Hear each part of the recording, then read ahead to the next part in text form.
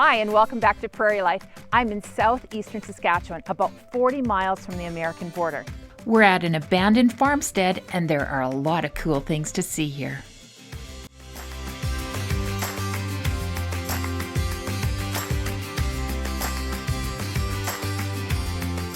I'm visiting my friends Judy and Ken at their farm just off of Highway 13.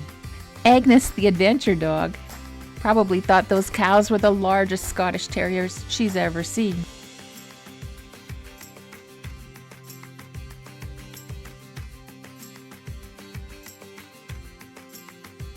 I'd traveled to the farm so Judy and I could do some night photography. We're practicing with long exposure.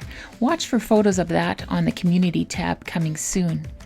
But when they suggested that we take a day trip into the hills that Agnes and I had seen on our walk that morning, we were pretty excited.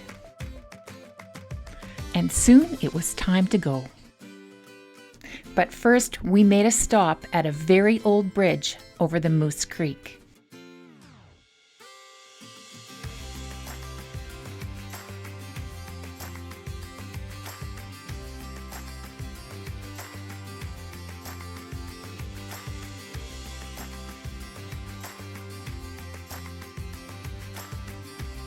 And then we were off again when we ran into some deer.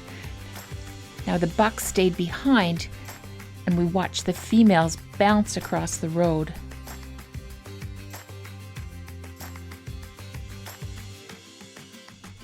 He'll join them later, when he knows the threat is gone.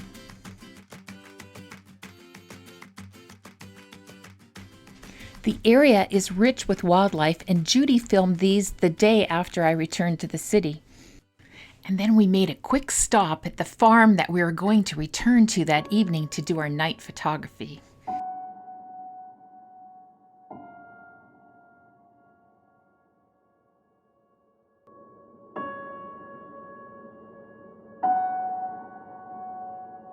Nobody's lived here in a really long time. It's like they just went away and left everything behind.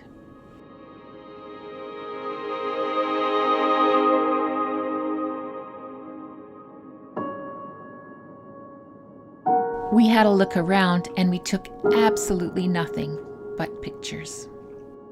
If you think it's a little unnerving during the day, you can only imagine what it's like in the blackest of night. Alone there at night, with no lights, no electricity, and only your imagination.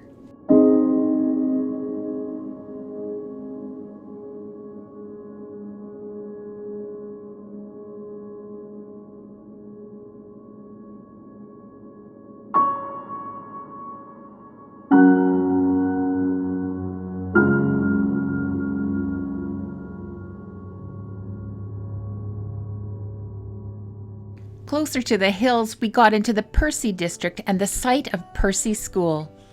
You can still find many stone houses that were built by early Scottish settlers. And this one, closer to Kisbey, has won a Provincial Heritage Award for the restoration work that's being done on it.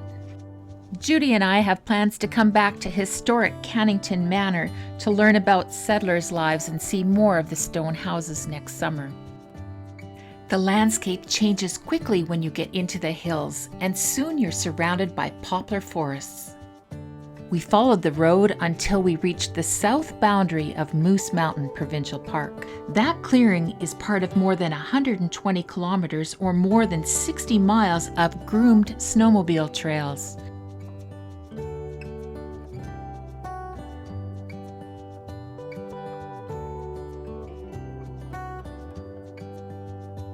The view from the hills in late autumn is breathtaking.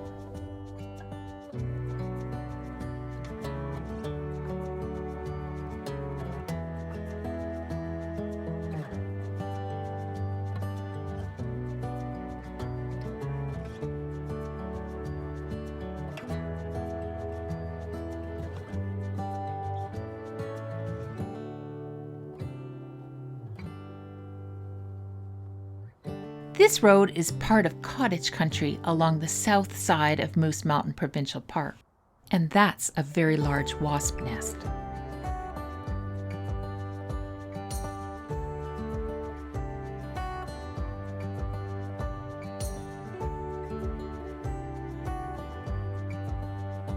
Are you ready for another prairie adventure? Here are a couple of suggestions.